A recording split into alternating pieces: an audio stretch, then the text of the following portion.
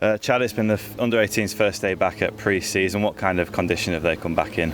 Yeah, all in a good shape. The lads were set, intense off-season programme, and it's always clear to see on day one of pre-season who's put the work in.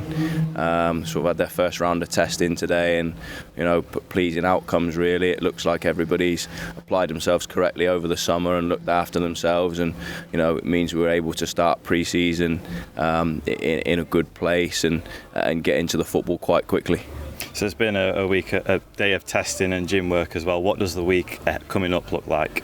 Yeah, so day of testing today, just against some benchmarks and an opportunity for us to assess where the players are at.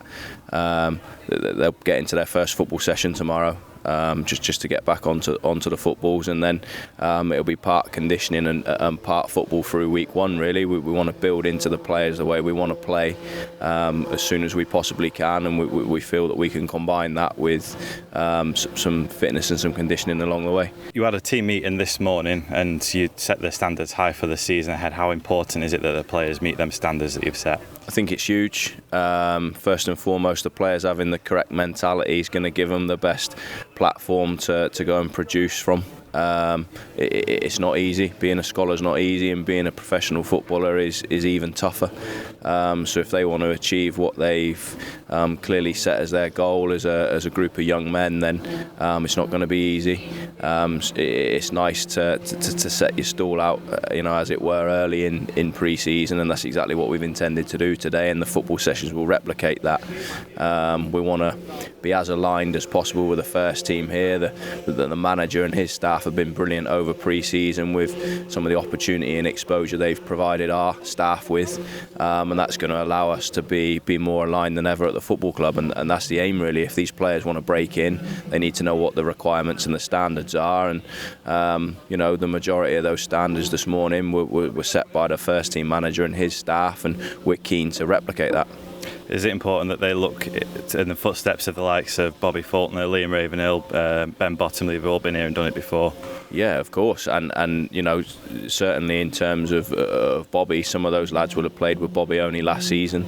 It is inspiring to look across to the pitch next to you and see those players training, and see them training and playing with good senior pros, the likes of Adam Clayton and Tommy Rowe. So it should be where the players want to be. They've certainly started with the right intent today, which has shown they've got an appetite for that. We're based back here at the training ground at Cantley again now, and we're going to be in and around the senior players every day, and I think that's important. That they're within touching distance, and when it's just there and it's just out of your reach, it gives you something to go after, and that's the hunger and desire these players are going to need if they're going to be successful. Have you had a chance to select a captain for the season ahead? Not yet. Obviously, I spent the back end of last season, last 2 months with the players, so I know the new second years, last year's first years reasonably well.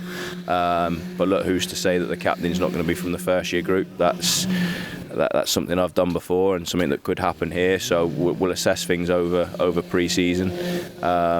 Leaders come in many different forms, but ultimately we're looking for someone who can set our standards, set the bar high, and can remove some of the necessity for the coaches to have to drive the session by taking that on board and upon themselves to do that. So that's something we'll look to assess over the coming weeks. We play Oldham next Saturday, so we might be in a position to give one or two an opportunity of the armband in that game, but yeah, it's certainly something we still need to assess. And finally, you've touched on it a bit there, the pre-season friendly programme's been confirmed this week.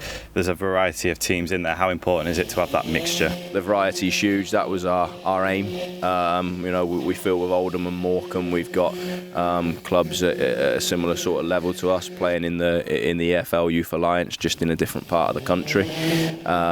We've got some high calibre opposition with Newcastle, with Sheffield United, with Partick from Scotland, and as always, we got an opportunity to play against a couple of senior teams as well, and I think that's huge. So variety is what we're after.